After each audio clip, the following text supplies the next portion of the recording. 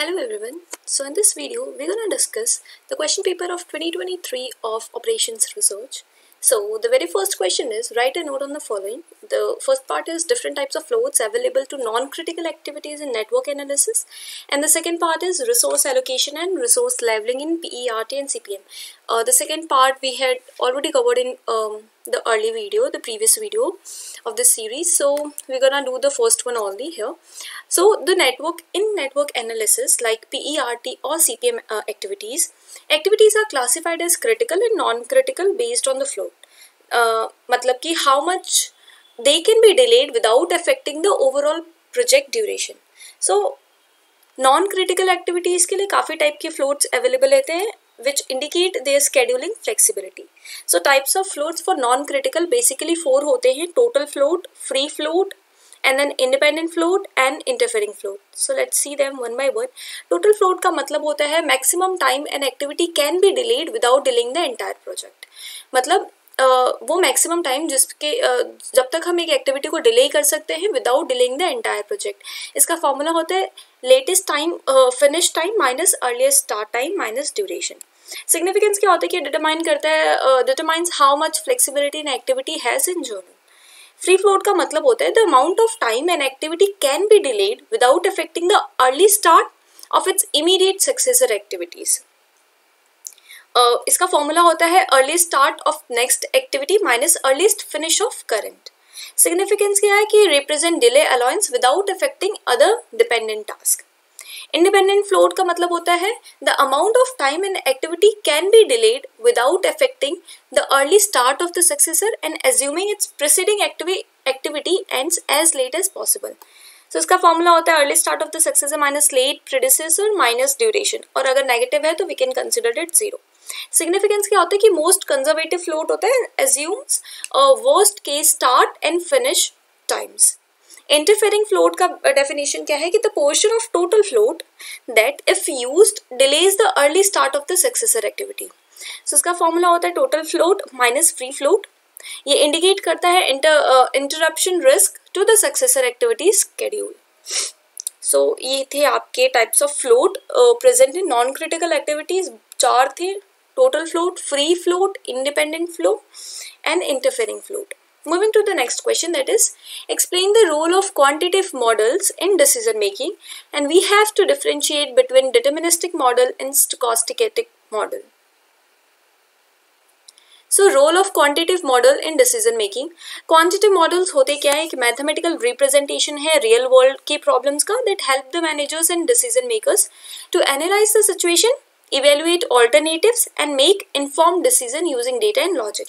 So इसका importance और role क्या होता है कि objective को evaluate में help करता है, better forecasting में help करता है, resource proper utilize हो, proper optimization हो resources का उसमें help करता है, risk को analysis में help करता है, faster problem solving because it reduces trial and error by providing direct computational methods. Support for complex decision क्योंकि simplify करता है ये complex situations को like supply chain, scheduling और finance into manageable models. So कितने type के models available हैं, आप कितने टाइप्स के मॉडल होते हैं क्वांटिटेटिव? तो basically linear programming, inventory, queuing model, simulation, decision tree and forecasting. Then in the second part of this question we have asked to differentiate between deterministic and stochastic model. So let's see, deterministic model क्या होता है जहाँ पे सारे input values are and relationship are known with certainty. deterministic में. and stochastic model में क्या होता है कि some inputs valuable include randomness and probability. Uncertainty के बेसिस पे देखा जाए तो कोई नहीं होता है डिटरमिनिस्टिक में क्योंकि एज्यूम्स फिक्स्ड डेटा, और अनसर्टेनिटी आपका स्टोचैस्टिक मॉडल में प्रेजेंट होता है because this involves variability and risk. Example ले लो डिटरमिनिस्टिक का linear programming and transportation problem, and for stochastic model it's inventory models with random demand and simulation. अगर input variables का बात देखा जाए तो यहाँ पे डिटरमिनिस्टिक में नोन और कांस्टेंट होते हैं एंड स्टोकास्टिक में आपके रैंडम वेरिएबल्स होते हैं विद नोन डिस्ट्रीब्यूशंस. आउटकम देखा जाए तो always the same for same input in deterministic and can very each time even with the same input in stochastic model. Application देखा जाए तो use in stable predictable environment, और stochastic को हम uncertain real world environment में use करते हैं. Moving to the next question, that is what is safety stock and why should it be kept by an organization. तो safety stock, as the name suggests itself, कि safety stock एक extra inventory होता है जो कि company अपने पास रखती है to mitigate the risk of stock outs due to unexpected demand fluctuation or delay in supply. ये as a buffer काम करता है to ensure that the organization can continue to meet the customers' demand even when there is uncertainties in the supply chain. Simple terms में देखा जाए कि why should safety stock be kept, तो क्योंकि आपका डिमांड अनसर्टेन होता है, काफ़ी टाइम अनप्रिडिक्टेबल हो सकता है due to factors like seasonability, promotions और changing customer preference. So safety stock आपका हेल्प करता है to ensure the company that company can still fulfil customers order even when demand exceed expectations.